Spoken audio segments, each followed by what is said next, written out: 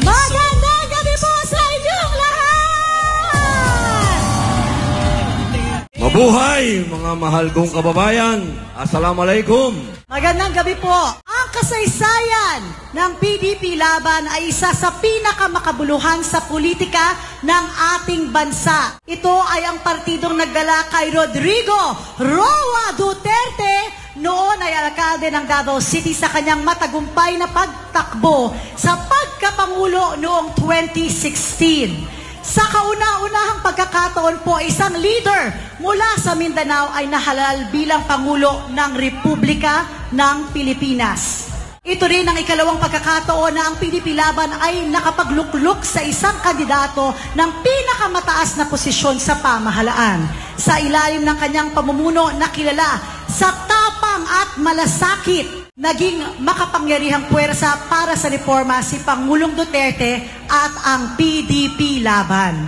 Ang kasulukuyang partido ay nag-ugat sa pagkakatatag ng Partidong Demokratiko Pilipino noong February 6, 1982 sa lungsod ng Cebu sa pamumuno ng yumaong Senador Aquilino Nene Pimentel Jr. kasama sina Antonio Cuenco at iba pa mga leader mula sa Katimugan. Samantala, ang Partidong Laban ay itinatag naman noong 1978 ng yumaong Senador Benigno Ninoy Aquino Jr. mula sa pinag-isang adhikain ng dalawang makasaysayang partido. Nananatiling buhay ang diwa ng tunay na paglilingkod sa bayan. Isang pamana na patuloy nating pinagyayaman at pinangangalagaan. Ang adhikain ng dating Pangulong Rodrigo Roa Duterte ay pagbabago. Second chance. Katulad ng ginawa niya sa Davao City, isang napakagulong lugar, hugad ng iba't ibang rebeldeng grupo at sindikato. Pero dahil sa kanyang tapang at malasakit, naging tahimik, mapayapa at progresibo ang Davao City. Yan din po ang dahilan kung bakit ako ay napili ni Tatay Digong na maging PDP Laban President. Dahil katulad po ng Davao City ay simbolo ng pagbabago at second chance. Mula po sa pagiging real bad boy, nagbayad ng kasalanan sa kulungan, nagmuslim at nagbagong buhay. At ngayon po ay isa pong senador po ninyo. Hey! Allahu Akbar! Takbir! Ang pagbabago po, basta't may tapang at malasakit, yan po ang adhikain ni Rodrigo Roa Duterte. Pagbabago, second chance. Tandaan po natin, kahit kailan, hindi po naging pagpatay ang adhikain ni Rodrigo Roa Duterte. Ang kanyang daladala ay pagbabago, second chance. Mga kababayan, ito na po ang last chance po nating lahat para makamit ang pinapangarap nating pagbabago para sa Pilipinas. Mga mahal nating kababayan, ito po ang Duterte, kandidatong senador, ang ating Supremo, Rodrigo Roa Duterte! Alright mga kababayan, so tayo po ay magre-reaction video dito po sa naging speech po ng mag-asawang Padilla. Ito nga po si Mariel Rodriguez at si Senator Robin Padilla, no, na nakilahok po dyan po sa meeting de avance po ng Duterte, dyan po sa Liwasang Bonifacio. So nasabi niya po dito, nabanggit niya yung about sa partido po, no, na kinabibilangan po ng dating Pangulong Duterte. So bago po natin simulan yan, gaano ba kahalaga o ano ba yung importansya nitong isang partido pagdating sa pagtakbo ng isang politiko sa mga posisyon dyan sa gobyerno, no? So, ang isang partido kasi ay mahalaga sa politika dahil ito po yung nagbibigay ng organisadong suporta at istruktura para sa isang kandidato. Kagaya nga po ni PRRD na tumakbo po noong 2016 bilang presidente. So, narito lamang po yung ilang mga dahilan kung bakit ito ay mahalaga. Okay, so una na po natin dyan yung financial na suporta. Syempre bilang isang kandidato, hindi mo kakayanin na ikaw lang mag-isa yung mag-finance ng gagastusin mo during your campaign period. Kaya kinakailangan mo ng isang partido kung saan ito ay tutulong o magbigay ng pondo para sa kampanya na mahalaga upang maabot ang maraming botante.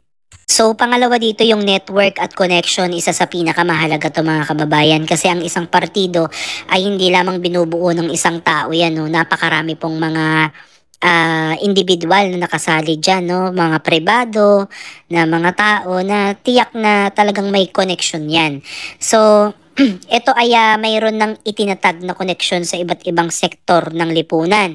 Kaya mas madaling makakuha ng tiwala at suporta sa mga publiko, sa ating mga botante. No? Sumunod dyan mga kababayan yung tinatawag nating logistic at estratehiya. So dito kasi sa partido, sa isang partido, meron tinatawag na campaign manager, no? Na siya yung nagpaplano ng pagsasagawa ng rally at pagpapalakas ng presensya ng kandidato sa social media at iba pang plataforma.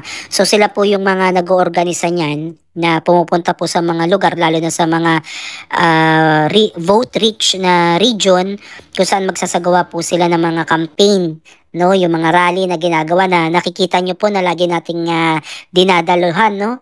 Sila po yung may pakana niyan sa likod niyan, yung mga campaign manager. At sila na din po yung nag-iisip kung paano nila ipapakilala yung kanilang kandidatong sinusuportahan.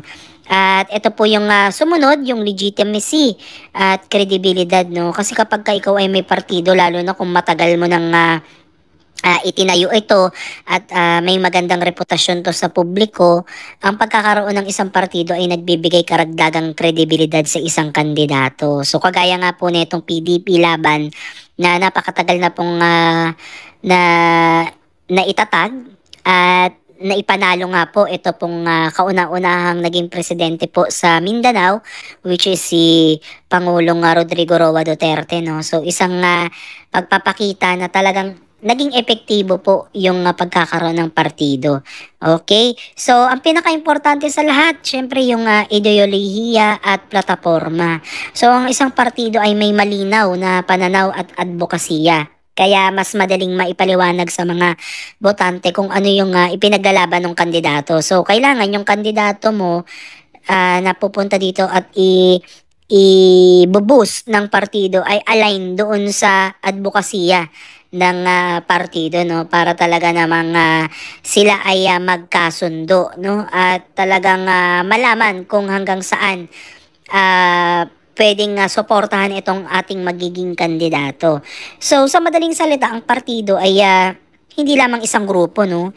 Ito ay isang sistema na nagpapalakas sa kandidato upang maging mas epektibo ang kanyang pangangampanya at sa kanyang pamamahala kung sakaling siya ay mahalal. So, sa tingin nyo, ano ba yung kahalagahan pa ng partido? No? Kaya ba ng isang kandidato na siya ay manalo mag-isa? So, pwede din, no, mga kababayan, no? Hindi naman porke ikaw ay kabilang sa isang partido ay garantiya ka na naman nanalo. So, meron pa rin namang nagpapatunay na mga independent na tumakbo na walang partido na nananalo. Kasi sila ay may konkreto na may konkretong plataforma at talagang nagpakita ng suporta yung publiko, no? So ayan yung pinakamahalaga na sa atin pa rin na botante kung sino yung ating iboboto. Kahit may partido man yan o wala, so nasa sa ating mga kamay kung sino yung ating pagkakatiwalaan na susunod na mamumuno sa ating bansa. So para sa akin mga kababayan, yung isang partido ay isang backbone ng isang politiko, no? Na kung saan siya yung nagiging gabay o alalay sa likod ng mga politiko, no? Na magbibigay ng kahit papaano suporta at magbubus sa kanya para mas makilala pa siya. Pero again, hindi tayo makakagarantiya mga kababayan na porket ikaw ay may kapartido or nasa ilalim ng partido ay mananalo ka na. So malaki yung factor, pero nasa ating mga botante, no? Kung sino yung isusunod nating maluluklok sa pwesto dyan sa gobyerno at mamumuno po sa atin, sa ating bansa. So, comment down below mga kababayan kung nagustuhan nyo itong reaction video na to at kung kayo ay sang-ayon sa aking reaction video, sa aking mga naging pahayag patungkol nga dito sa pagkakaroon po ng isang partido, ng isang politiko. So, again, isa na pong patunay na naging matagumpay po ang partido ng PDP Laban dahil napanalo po nila ang dating Pangulong Duterte. Kaya tayo naman po ay umaasa no, na etong Duterte ay papasok sa May 12, 2025 bilang susunod na senador ng ating bansa. So, pray lang tayo at iboto natin mga kababayan, vote straight sa Duterte. At choice nyo na yung dalawa kung sino yung gusto nyong idagdag dyan. So maraming salamat po mga kababayan at God bless po sa inyo. Comment down below ang inyong mga opinion at reaksyon. Ating talakayin yan sa susunod nating vlog. Salamat at God bless po.